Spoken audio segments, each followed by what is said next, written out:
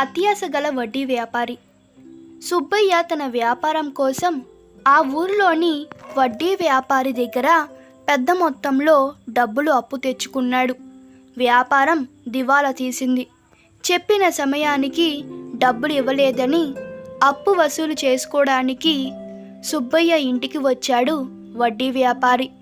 ఇంట్లో సుబ్బయ్య కూతురు స్వాతిని చూశాడు. స్వాతి చాలా అందంగా ఉంటుంది. స్వాతిని చూసిన వడ్డీ వ్యాపారికి ఒక దురాలోచన వచ్చింది. సుబ్బయ్యను అప్పు వెనక్కి అడగడం మానేసి సుబ్బయ్యతో ఒక ఒప్పందం కుదుర్చుకుందామని చెప్పాడు. ఆ ఒప్పందం ఏమిటంటే, సుబ్బయ్య ఇంటి పక్కనే ఉన్న గులకరాల నుంచి 2 గులకరాలు, ఒకటి నల్లరాయి ఒకటి తెల్లరాయి, ఒక సంచిలో వెయ్యగా స్వాతి ఆ సంచిలో నుంచి ఒక రాయిని తీయాలి. స్వాతి నల్లరాయిని తీస్తే కనుక సుబ్బయ్య అప్పు తీరిపోయినట్లే. దానితో పాటే స్వాతి వడ్డీ వ్యాపారిని పెళ్లి చేసుకోవాలి. అదే తెల్లరాయిని స్వాతి బయటకు తీస్తే కనుక అప్పు ఎలానూ తీరినట్టే. స్వాతి వడ్డీ వ్యాపారిని పెళ్లి చేసుకోవక్కర్లేదు. ముసలి వడ్డీ వ్యాపారి మనిషి అందవికారంగా ఉంటాడు. మనసు కూడా వికారమైనది, కఠోరమైనది అని స్వాతికి చాలా కోపం, బాధ వచ్చాయి. నచ్చకపోయినా సుబ్బయ్యకు కాదనలేని పరిస్థితి. వడ్డీ వ్యాపారి తన దగ్గరున్న సంచిలో సుబ్బయ్య ఇంటి పక్కన ఉన్న గులకరాల నుంచి 2 నల్లరాలను మాత్రమే తీసి సంచిలో వేసి ఒక బల్ల మీద పెట్టాడు. అతను 2 నల్లరాలు వేశాడని స్వాతి చూసింది. కానీ కూతురు కోసం బాధపడుతూ ఏడుస్తున్న సుబ్బయ్య కన్నీళ్లు నిండిన కళ్ళకు వడ్డీ వ్యాపారి సంచిలో 2 నల్లరాళ్ళు వేయడం చూడలేకపోయాడు. ఇక ఇప్పుడు స్వాతికి 3 మార్గాలు ఉంటాయి. 1, సంచిలో నుంచి రాళ్ళు తీయడానికి నిరాకరించడం. 2వది, వడ్డీ వ్యాపారి సంచిలో 2 నల్లరాళ్ళు వేసి మోసం చేస్తున్నాడని రాళ్ళను బయటకు తీసి చూపడం. 3వది, తండ్రి కోసం త్యాగం చేసి ఈ మోసాన్ని భరించి వడ్డీ వ్యాపారిని పెళ్లి చేసుకొని ఏడుస్తూ బతకడం.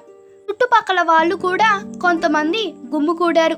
స్వాతి నెమ్మదిగా సంచి వైపు అడుగులు వేస్తుంది.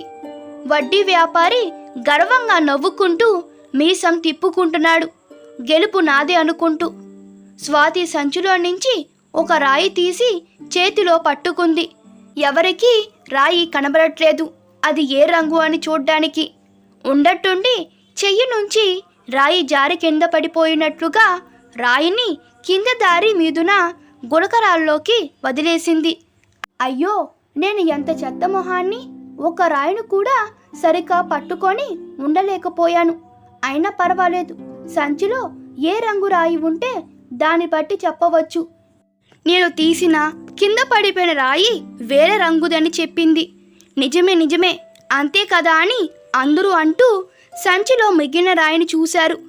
అది నల్ల రంగుది. అంటే స్వాతి తీసిన రాయి తెల్లది. కాబట్టి సుబ్బయ్య అప్పు తీరినట్టే.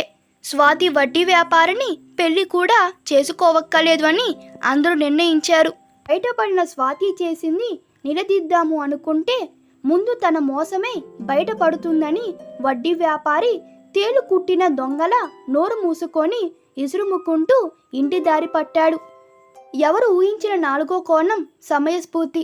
ఆ సమయస్ఫూర్తితో స్వాతి కష్టకాలంలో తనని, తన తండ్రిని కాపాడుకోగలిగింది. అదును చూసి కాటు వేయాలనుకున్న వడ్డీ వ్యాపారికి డబ్బు పోయింది. మోసానికి తగిన శాస్తి జరిగింది.